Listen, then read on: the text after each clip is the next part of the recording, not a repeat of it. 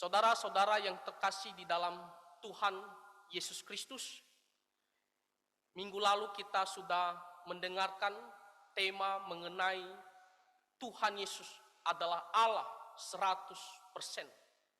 Dan pada sore hari ini kita akan membahas tema Tuhan Yesus adalah manusia 100%.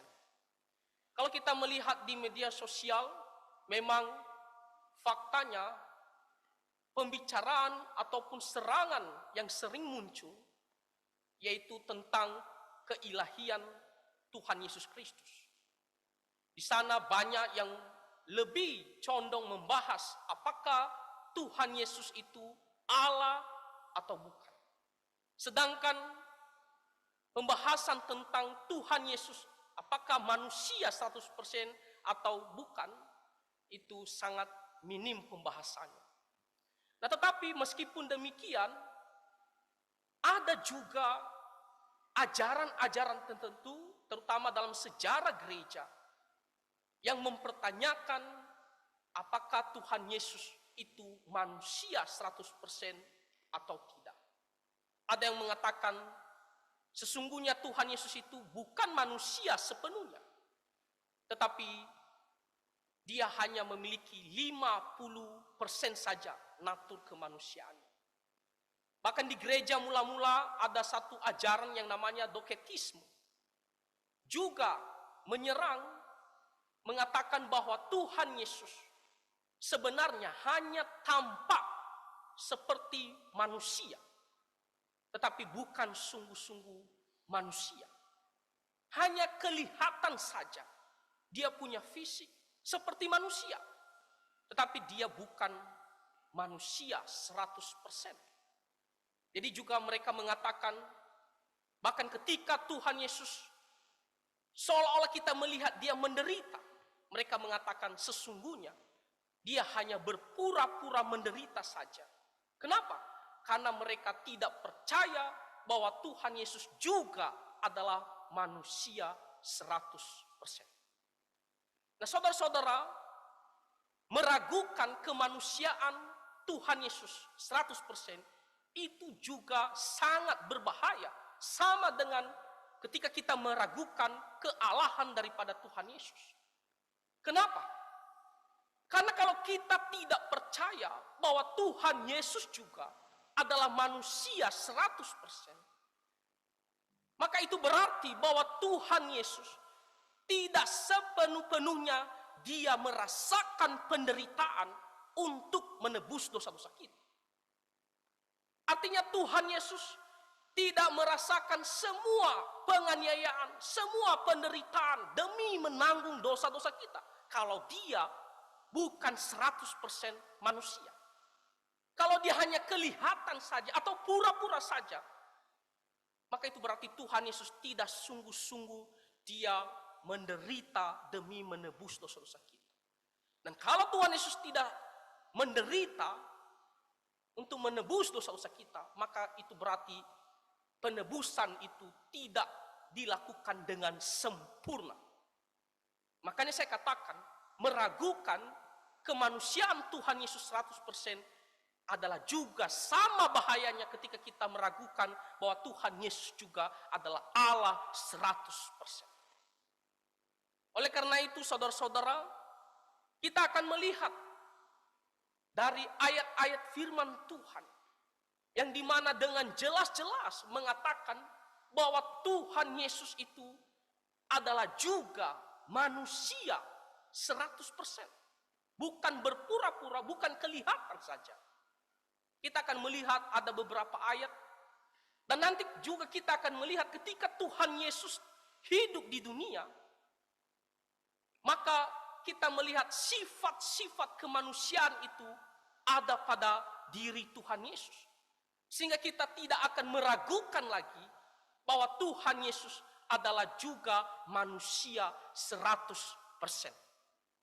Nah, itulah yang akan kita selidiki dan kita akan pelajari dari beberapa ayat firman Tuhan. Nah, yang pertama tadi kita melihat di kitab Filipi pasal 2 ayat 7 sampai 8. Di situ dikatakan, melainkan telah mengosongkan dirinya sendiri dan mengambil rupa seorang hamba dan menjadi sama dengan manusia. Kalau kita membaca ayat sebelumnya, di situ dikatakan bahwa Tuhan Yesus itu sepenuh-penuhnya adalah Allah, 100% adalah ilahi. Lalu dia meninggalkan tahtanya sementara, dia menanggalkan kehormatan, kemuliaannya sementara, dan dia merendahkan diri menjadi seorang manusia. Di situ dikatakan, dia mengambil rupa seorang hamba, posisi yang rendah, dan menjadi sama dengan manusia. Lihat, di sini dikatakan menjadi sama. Artinya apa? Tuhan Yesus waktu dia merendahkan dirinya, dia bukan hanya 50% saja menjadi seorang manusia. Bukan hanya 70-90% menjadi seorang manusia. Bukan juga seolah-olah tampak saja kelihatan seperti seorang manusia. Tetapi di sini dikatakan dia menjadi sama seperti kita, saudara-saudara. Sama seperti kita manusia. Jasmaninya juga jelas adalah manusia, bukan seperti tampak kelihatan saja. Dikatakan di sini, bahkan dia dalam keadaan sebagai manusia, ia merendahkan dirinya dan taat sampai mati, bahkan sampai mati di atas kayu salib. Itu berarti apa? Berarti sepanjang hidup Tuhan Yesus, mulai waktu dia dikandung, lahir, bahkan sampai mati, di sini dikatakan sampai mati di atas kayu salib, dia tetap dalam keadaannya sebagai manusia 100% sama seperti kita. Ayat ini sudah sangat jelas, tidak bisa diragukan lagi bahwa Tuhan Yesus itu sungguh-sungguh sepenuh-penuhnya juga dia adalah manusia.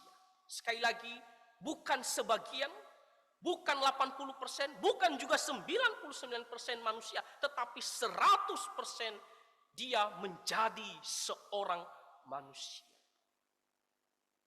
Bahkan kita melihat bagaimana Tuhan Yesus mulai dikandung. 9 bulan lamanya juga, sama seperti kita manusia. Kita juga dikandung selama 9 bulan. Tuhan Yesus juga lahir, sama seperti kita juga manusia. Ada pandangan yang mengatakan, oh sebenarnya Tuhan Yesus waktu lahir itu bukan seperti manusia, tapi dengan cara lain. Tidak, saudara-saudara, sama juga seperti kita manusia. Cara lahir. Bahkan pertumbuhannya juga tidak seperti ya apa yang dikatakan orang, oh seperti dipersingkat cepat sekali. Bukan, dia juga mengalami proses pertumbuhan sama seperti kita manusia. Dia menjadi besar, makin besar, sama seperti kita.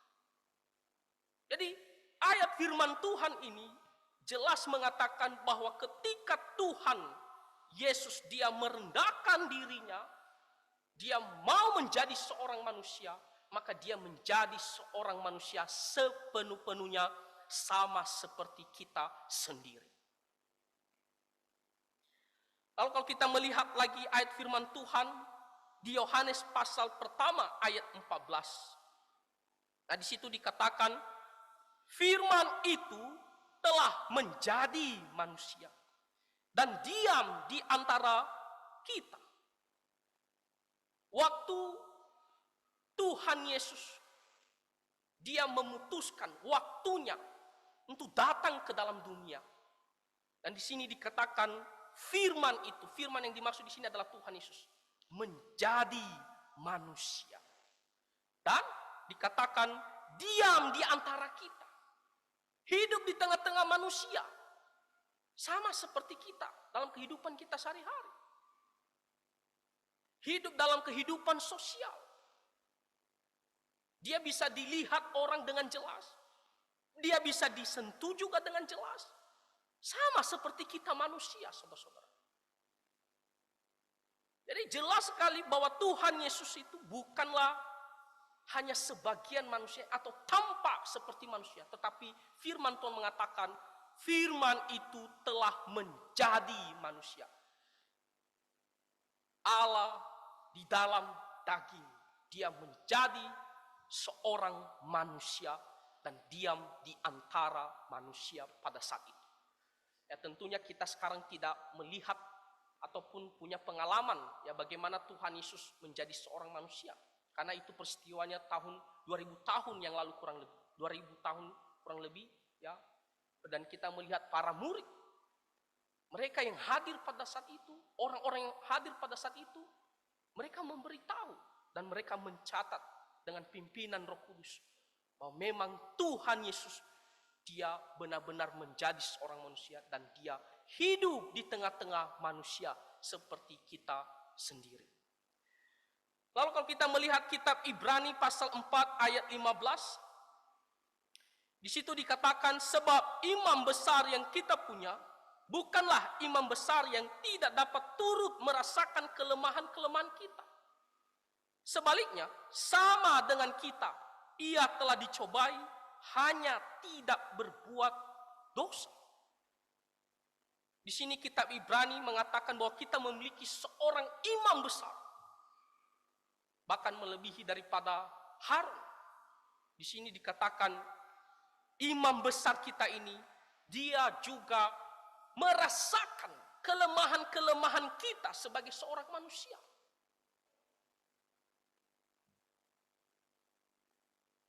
Dan dikatakan sebaliknya, ya, dia merasakan kelemahan-kelemahan kita, sama seperti kita manusia juga dicobai. Dia juga menghadapi pencobaan, sama seperti kita manusia. Tetapi bedanya adalah kita manusia tergoda dan jatuh ke dalam dosa. Tetapi Tuhan Yesus tidak berbuat dosa. Itu perbedaannya. Tuhan Yesus waktu dia menjadi manusia, dia tidak berbuat dosa, satupun tidak ada dosanya. Bahkan ketika dicobai, dia tidak jatuh ke dalam dosa. Tapi kita manusia jatuh ke dalam dosa. Itu perbedaannya. Tetapi selain itu, sama seperti kita manusia. Bahkan dia juga merasakan ya kelemahan-kelemahan kita sebagai manusia.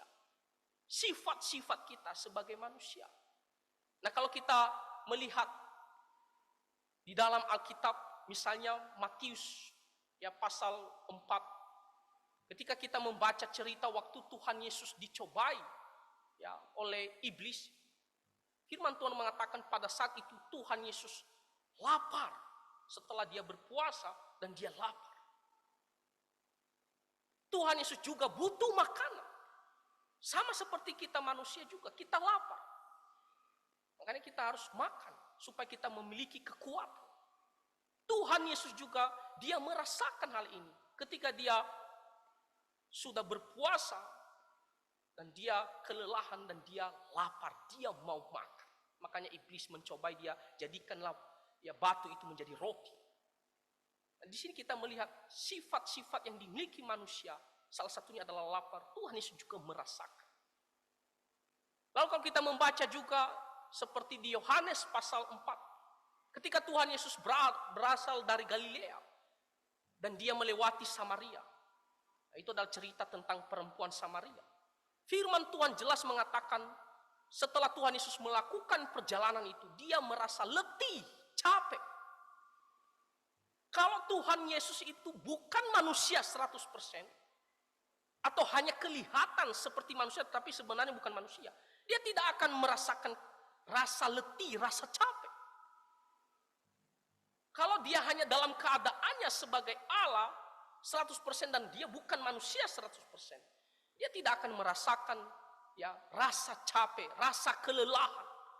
Tetapi firman Tuhan mengatakan dia merasa keletihan, capek setelah melakukan perjalanan dari Galilea. Dia mau menuju ke Yudea, tapi dia lewat di Samaria. Firman Tuhan mengatakan dia keletihan, dia capek, dia istirahat. itu juga menunjukkan bahwa Tuhan Yesus ini juga sama seperti kita manusia. Lalu kalau kita membaca lagi seperti Lukas pasal 8, kita ingat cerita bagaimana para murid dan Tuhan Yesus berada di perahu dan mereka menghadapi ombak yang begitu dahsyat sehingga para murid begitu ketakutan. Dan firman Tuhan mengatakan pada saat itu Tuhan Yesus dia tidur sama seperti kita manusia. Ketika kita capek, kita sudah ngantuk, kita pergi tidur, kita beristirahat. Dan firman Tuhan mengatakan pada saat itu Tuhan Yesus juga dia istirahat, dia tidur. Artinya Tuhan Yesus juga merasakan ngantuk sama seperti kita. Tidak ada bedanya. Kalau Tuhan Yesus bukan manusia 100%, dia tidak akan merasa saya ngantuk dan saya mau tidur. Lalu kalau kita melihat lagi ketika cerita Lazarus di Yohanes pasal 11, ketika Maria dan Marta datang kepadanya, saudara kami sudah meninggal. Dan sebelum Tuhan Yesus membangkitkan Lazarus, kita melihat bagaimana Tuhan Yesus juga merasa sedih. Kita manusia juga merasa sedih ketika ada sesuatu yang kita merasa harusnya itu tidak terjadi. Sangat disayangkan. Kita merasa sedih. Tuhan Yesus juga merasa sedih. Bahkan dikatakan menangislah.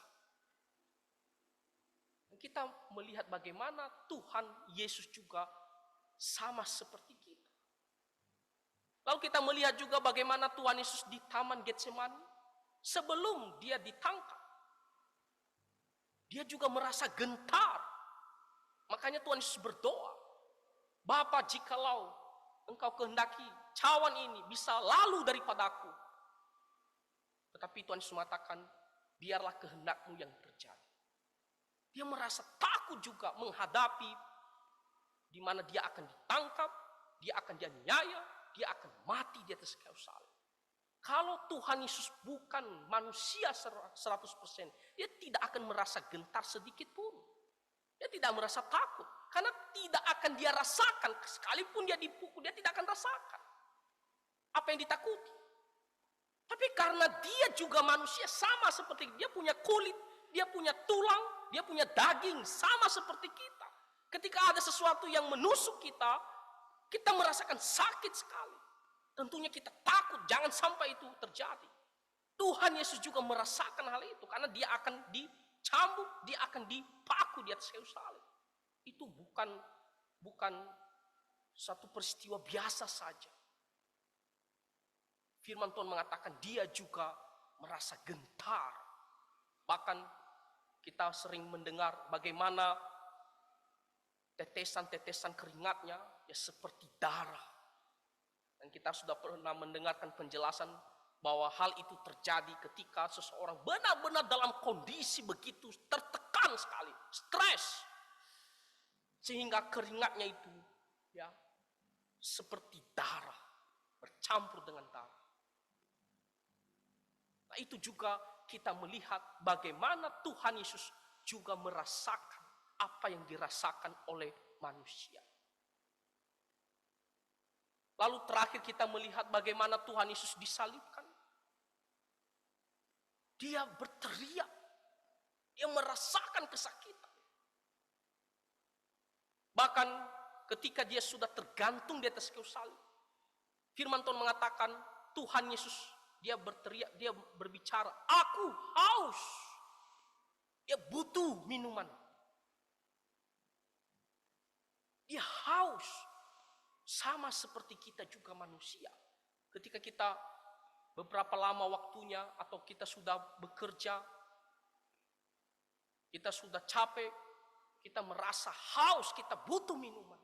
Tuhan Yesus setelah dia beberapa lama waktunya tergantung di atas kayu salib, dia mengatakan, aku haus. Nah, ini menunjukkan bahwa Tuhan Yesus tidak ada bedanya dengan kita. Dan Tuhan Yesus tidak berpura-pura. Dia benar-benar merasakan apa yang dirasakan oleh manusia. Kenapa? Karena dia adalah manusia 100%. Jadi dari ayat-ayat firman Tuhan ini, dan dari sifat-sifat manusia yang harusnya dialami oleh seorang manusia, itu juga terjadi pada diri kita dan terjadi juga pada diri Tuhan Yesus Kristus. Dia lapar, dia haus, dia kelelahan, dia juga tidur. Dia juga merasa takut terhadap sesuatu yang akan menyakiti ya jasmaninya secara khusus. Dia juga merasakan hal itu. Nah, itu menunjukkan bahwa Tuhan Yesus adalah 100%. Nah, kalau kita melihat di Matius pasal 20 ayat 28, Tuhan Yesus sendiri pun dia juga pernah mengaku bahwa dia adalah anak manusia. Bahkan kalau kita baca di dalam firman Tuhan, kitab Injil, beberapa kali, bukan hanya satu kali Tuhan Yesus mengatakan anak manusia. Lihat di Matius pasal 20 ayat 28 secara khususnya, satu ayat saja. Sama seperti anak manusia datang bukan untuk dilayani, melainkan untuk melayani dan untuk memberikan nyawanya menjadi tebusan bagi banyak orang. Tuhan Yesus, dia menyebut dirinya anak manusia. Kalau Tuhan Yesus bukan manusia 100%, dia tidak akan mengaku dia adalah anak manusia.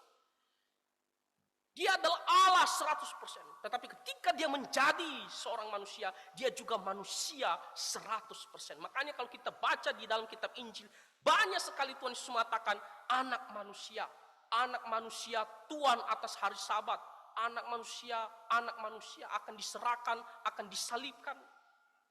Dan di sini Tuhan Yesus mengatakan anak manusia datang untuk melayani, untuk mengorbankan, memberikan nyawanya untuk menebus dosa-dosa manusia. Jadi kata anak manusia itu, Tuhan Yesus benar-benar menegaskan bahwa dia adalah 100% adalah manusia seperti kita sendiri. Jadi saudara-saudara, kalau ada yang meragukan ataupun menyerang apakah Tuhan Yesus itu juga manusia 100% atau tidak, maka jawabannya adalah dia 100% juga adalah manusia. Dan ini harus kita pertahankan. Ini adalah doktrin yang tidak boleh kita kompromikan. Bukan hanya doktrin yang mengatakan bahwa Tuhan Yesus adalah Allah 100%, tapi doktrin juga bahwa dia adalah manusia 100%. Kita juga harus pertahankan sama nilainya. Kenapa? Karena kalau Tuhan Yesus bukan manusia 100%, itu berarti dia tidak merasakan sepenuhnya penderitaan demi menanggung dosa-dosa kita. Penghukuman dosa itu tidak 100% dibayarkan oleh Tuhan Yesus kalau dia bukan manusia 100%. Jadi sangat jelas sekali dari firman Tuhan ini bahwa dia adalah 100% manusia. Maka apa yang menjadi pelajaran bagi kita? Yang pertama, di sini kita harus benar-benar bersyukur bagaimana Tuhan Yesus, dia mau datang ke dalam dunia. Dia mau merendahkan dirinya menjadi seorang manusia demi menebus dosa-dosa kita. Di kitab Filipi pasal 2 tadi dikatakan, dia menanggalkan sementara kehormatan, kemuliaannya demi menjadi seorang manusia untuk menebus dosa-dosa kita. Kita sangat bersyukur kepada Tuhan Yesus Kristus. Maka dalam kehidupan kita sehari-hari, dalam doa kita, dalam puji-pujian kita, dalam hati kita, dimanapun, ingat selalu bersyukur. Kalau Tuhan Yesus tidak datang ke dunia, tidak menjadi seorang manusia, maka kita tidak ada pengharapan, kita tidak akan ada pengampunan dosa. Tapi karena dia datang menjadi seorang manusia, Dia mati bagi kita sehingga kita beroleh pengharapan. Yang kedua, kita melihat bagaimana Tuhan Yesus memberikan teladan yang sangat baik bagi kita. Teladan di mana dia merendahkan dirinya untuk melayani kita, untuk memberikan nyawanya demi kita, untuk berkorban demi kita. Ini adalah teladan yang sangat luar biasa dan yang harus kita ikuti. Tuhan Yesus rela tinggalkan sementara kemuliaannya dan dia merendahkan diri menjadi seorang manusia demi berkorban demi orang lain. Maka kita sebagai anak-anaknya juga kita harus belajar untuk bagaimana kita mau merendahkan diri dalam kehidupan kita sehari-hari. Kita jangan hanya memikirkan diri kita sendiri, kita tidak mau peduli terhadap orang lain. Kita merasa paling tinggi, kita tidak mau berkorban kepada orang lain. Kita belajar teladan Tuhan Yesus. Dia juga merendahkan diri. Maka jangan kita seperti orang-orang di luar sana. Kita harus belajar bagaimana kita mau merendahkan diri. Kita juga mau berkorban untuk orang-orang lain. Inilah teladan yang diberikan Tuhan Yesus bagi kita. Kiranya apa yang kita pelajari dari firman Tuhan di sore hari ini, supaya kita bisa mengerti bahwa Tuhan Yesus adalah manusia 100% dan kita benar-benar memegangnya. Dan mari kita juga bersyukur karena Tuhan Yesus mau datang ke dalam dunia. Dan mari kita belajar dari teladan di mana Tuhan Yesus dia mau merendahkan diri demi berkorban untuk kita orang-orang berdosa. Kita juga dalam kehidupan kita sehari-hari, mari kita belajar merendahkan diri, rendah hati, dan bahkan mau berkorban untuk orang-orang lain, untuk kebaikan orang lain. Jangan hanya kita pikirkan diri kita sendiri. Nah, kiranya Tuhan menolong kita semua, Tuhan Yesus memberkati. Mari kita bersatu di dalam doa.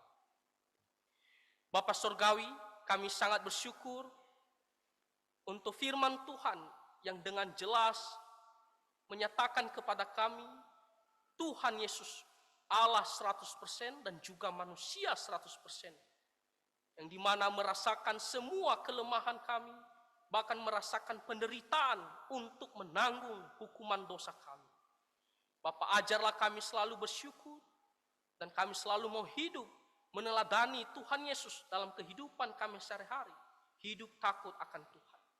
Terima kasih ya Tuhan, ampunilah segala dosa dan pelanggaran kami. Kami berdoa di dalam nama Tuhan Yesus Kristus. Amin.